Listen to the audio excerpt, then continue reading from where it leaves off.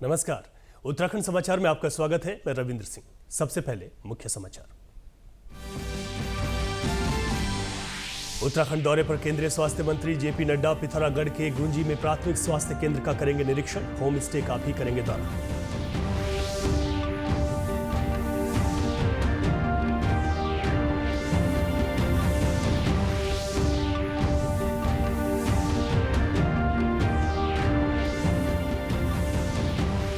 प्रदेश में विभिन्न हादसों में 2 भाइयों की मौत और 2 लोग घायल। टिहरी में अनियंत्रित कार सड़क पर पलटी। मसूरी में 2 कारों की हुई भिड़ंत।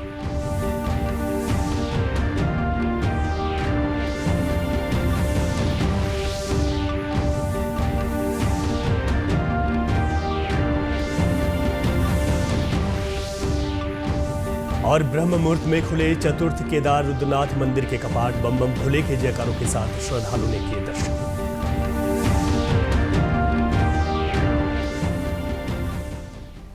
अब समाचार विस्तार से। केंद्रीय स्वास्थ्य मंत्री और भाजपा के राष्ट्रीय अध्यक्ष जेपी नड्डा आज उत्तराखंड के दौरे पर पहुंचे हैं। देहरादून एयरपोर्ट पर मुख्यमंत्री पुष्कर सिंह धामी और दूसरे भाजपा कार्यकर्ताओं ने उनका स्वागत किया। केंद्रीय स्वास्थ्य मंत्री सीमांत जिले पिथौरागढ़ के वाइब्रेंट विलेज का दौरा करके उत्तराखंड पहुंचे हैं। वह गुंजी प्राथमिक स्वास्थ्य केंद्र का निरीक्षण भी करेंगे। साथ ही जोलिंगकांग से आदि कैलाश के दर्शन और महिला फेडरेशन द्वारा गुंजी में संचालित होम स्टे का भ्रमण करेंगे।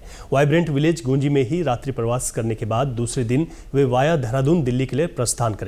भट्ट ने कहा कि उनका गुंजी और आदि कैलाश का ये दौरा सीमांत क्षेत्रों के विकास को नई गति देने का काम करेगा। उनका विकास योजनाओं की समीक्षा करना इन प्रोजेक्टों की गति को तीव्र और प्रभावी बनाएगा। टिहरी जिले के भिलंगना ब्लॉक के पुरवाल अंथवाल गांव मोटरमार्ग पर एक वाहन दुर्घटनाग्रस्त हो गया, जिसमें 2 सगे भाइयों की मौत हो गई, जबकि उनका चचेरा भाई गंभीर रूप से घायल हो गया। घायल को प्राथमिक स्वास्थ्य केंद्र पिलखी में भर्ती कराया गया, जहां से उसे बेस अस्पताल श्रीनगर रेफर किया गया है। पुलिस ने शवों का पंचनामा भरकर पोस्टमार्टम कर शव परिजनों को सौंप दिए हैं। इस दुर्घटना के बाद से अंथवाल गाँव में मातम छाया हुआ है।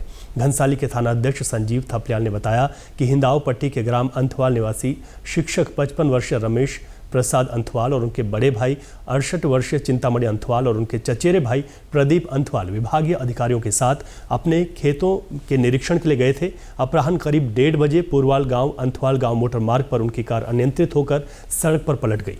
पुलिस, एसडीआरएफ और स्थानीय ग्रामीणों की मदद से तीनों को बाहर निकाला गया, लेकिन अस्पताल ले जाते समय रमेश अंथवाल और चिंतामणि अंथवाल ने दम तोड़ दिया। वहीं ग्रामीणों का कहना है कि खराब सड़क की वजह से ही यह दुर्घटना हुई है।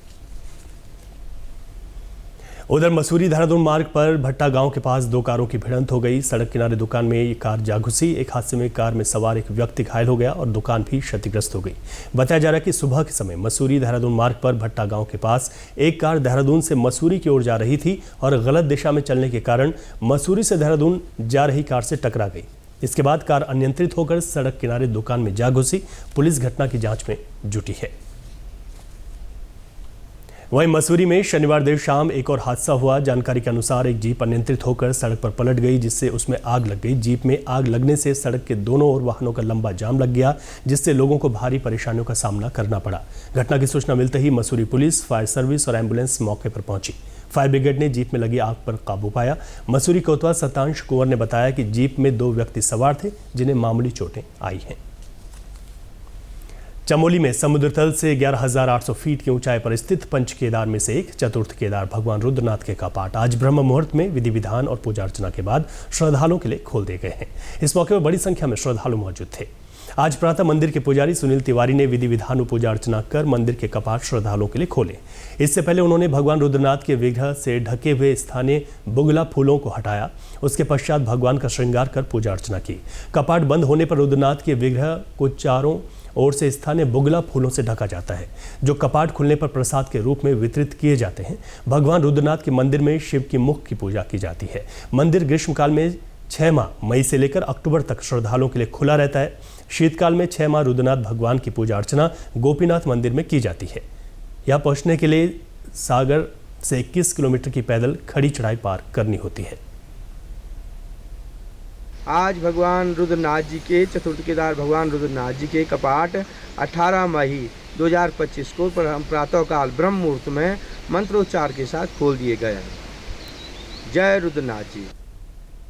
वहीं इस दौरान भगवान रुद्रनाथ मंदिर को दर्शनों को पहुंचे श्रद्धालु बेहद उत्साहित नजर आए। हम लोग नासिक से आए, महाराष्ट्र से, बाबा रुद्रनाथ जी के दर्शन करने के लिए। पंच केदार हमको कंप्लीट करना है, तो केदारनाथ जी के दर्शन हमारे हो चुके हैं, मदमेश्वर हो चुका है, तुंगनाथ हो चुका है।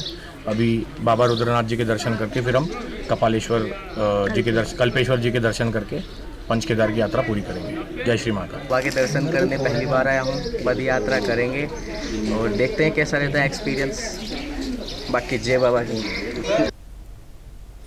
देहरादून में शनिवार को औषधि नियमन प्रणाली को तकनीकी रूप से सुदृढ़ करने और अधिकारियों की क्षमता निर्माण के लिए राज्य स्तरीय कार्यशाला का आयोजन किया गया। इस अवसर पर उत्तराखंड शासन के सचिव, चिकित्सा स्वास्थ्य एवं परिवार कल्याण और एफडीए आयुक्त डॉक्टर आर राजेश कुमार ने कहा कि आज के समय में दवाओं की गुणवत्ता केवल स्वास्थ्य ही नहीं बल्कि सामाजिक विश्वास से भी जुड़ी है। यह हमारी जिम्मेदारी है कि बाजार में उपलब्ध हर दवा सुरक्षित, प्रभावी और वैज्ञानिक मानकों पर खरी उतरे। उन्होंने कहा कि नियामक अधिकारियों को निरंतर प्रशिक्षित करना और तकनीकी दृष्टि से सशक्त करना इस दिशा में अत्यंत आवश्यक कदम है।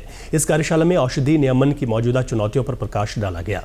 इस अवसर पर अपर आयुक्त खाद्य एवं औषधि ताजवर सिंह जग्गी ने कहा कि हमारा प्रयास है कि उत्तराखंड में औषधि नियंत्रण व्यवस्था को और अधिक पारदर्शी, उत्तरदायी और तकनीकी रूप से सक्षम बनाया जाए। इस दिशा में विभाग, उद्योग और विशेषज्ञों के बीच निरंतर संवाद और सहयोग बेहद जरूरी है। इस कार्यक्रम में औषधि नियमन से जुड़े वरिष्ठ अधिकारियों, विशेषज्ञों और औद्योगिक प्रतिनिधियों ने सक्रिय सहभागिता की। चमोली जनपद के प्रभारी मंत्री डॉक्टर धन सिंह रावत ने राजकीय महाविद्यालय नंदासैण के नवनिर्मित भवन का शनिवार को विधिवत लोकार्पण किया है। कार्यक्रम के दौरान उन्होंने महाविद्यालय भवन के पुस्तकालय और स्मार्ट क्लास का भी निरीक्षण किया। वह महाविद्यालय भवन के लिए जल्द ही नई सड़क और सुरक्षा दीवार बनाने की घोषणा की है। इस दौरान उच्च शिक्षा मंत्री ने बताया कि चमोली में अब तक 50 से अधिक अस्पताल, स्कूल, कॉलेज और सड़कों का लोकार्पण किया गया है। अब चमोली जनपद में डॉक्टरों, अध्यापकों और कर्मचारियों की कोई कमी नहीं रहेगी। जो हमारा नंदासैण का डिग्री कॉलेज है, उसका आज विधिवत लोकार्पण मैंने और हमारे विधायक जी के द्वारा हुआ है। और ग्रामीण इलाके का ये बहुत अच्छा डिग्री कॉलेज है। यहाँ पे बच्चों की डिमांड थी कि यहाँ एक फील्ड होना चाहिए, ज्योग्राफी का एक अलग से सब्जेक्ट होना चाहिए, तो मैंने कहा है कि हम दोनों चीज़ करेंगे। और चमोली ज़िले में 3 दिन से मैं हूँ, लगभग 25 से ज़्यादा हमने स्कूलों का भी, हॉस्पिटलों का भी, कॉलेजों का भी, रोडों का भी यहाँ पे लोकार्पण किया है, गोपेश्वर में, कर्णप्रयाग में, यहाँ पे। और मैं कह सकता हूँ कि चमोली ज़िले में हम लगभग 50 नए डॉक्टरों की अभी नियुक्ति करने जा रहे हैं। चमोली ज़िले में हम लगभग 200 से ज़्यादा एलटी के टीचरों की नियुक्ति करने जा रहे हैं। और चमोली ज़िले में हम 50 से ज़्यादा लेक्चरर्स की भी भेज रहे हैं। यहाँ पे अब अधिकारियों की, कर्मचारियों की, टीचर्स की और डॉक्टरों की कोई कमी अब चमोली ज़िले में नहीं रहेगी। इस मौके पर विधायक कर्णप्रयाग अनिल नौटियाल ने कहा कि महाविद्यालय के छूटे हुए निर्माण कार्य को पूरा करने के लिए प्रभारी मंत्री की घोषणाओं को धरातल पर उतारा जाएगा। राजकीय महाविद्यालय के भवन का आज लोकार्पण माननीय मंत्री जी के हाथों हुआ है। मैं माननीय मंत्री जी का सभी क्षेत्रवासियों की तरफ से, विद्यालय की तरफ से हार्दिक अभिनंदन करता हूँ, धन्यवाद करता हूँ। ये आपने समय समय पर अपना आशीर्वाद और समय हमको दिया है, इसके लिए मैं माननीय मंत्री जी का हृदय से आभार और धन्यवाद व्यक्त करता हूँ। और जो माननीय मंत्री जी ने यहाँ पर कुछ घोषणाएँ करी हैं, जो आवश्यकता महाविद्यालय को थी, चाहे वो भूगोल विषय की हो, चाहे वो खेल के मैदान की हो, सड़क की हो, उसको पूरा करने के लिए माननीय मंत्री जी ने हमको आश्वस्त किया है।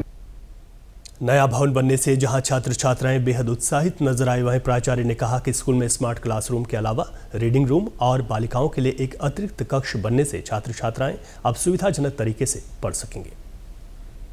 हमें बहुत अच्छा लग रहा है। पहले हमारे पास मतलब जो इंटर कॉलेज की पुरानी बिल्डिंग थी, जो 4 रूम थे, वही हमारे लिए वहाँ उपलब्ध थे। और यहाँ मतलब इतने बड़े बड़े रूम उपलब्ध हैं, तो हमें बहुत अच्छा लग रहा है यहाँ। और सब चीज़ की फैसिलिटीज़ है यहाँ। महाविद्यालय के जो नए भवन बने हैं, इसमें हमारे यहाँ 3 क्लासरूम बने हैं। सारे हम लोग स्मार्ट क्लासरूम बना रहे हैं। स्मार्ट बोर्ड के द्वारा पढ़ाई हो रही है। और साथ में हमारा जो पुस्तकालय के लिए लाइब्रेरी का एक बड़ा सा हॉल बना, साथ में रीडिंग रूम भी बने हैं। तो बच्चों को रीडिंग रूम में बैठ के घंटों आराम से पढ़ सकते हैं, ये सुविधा है।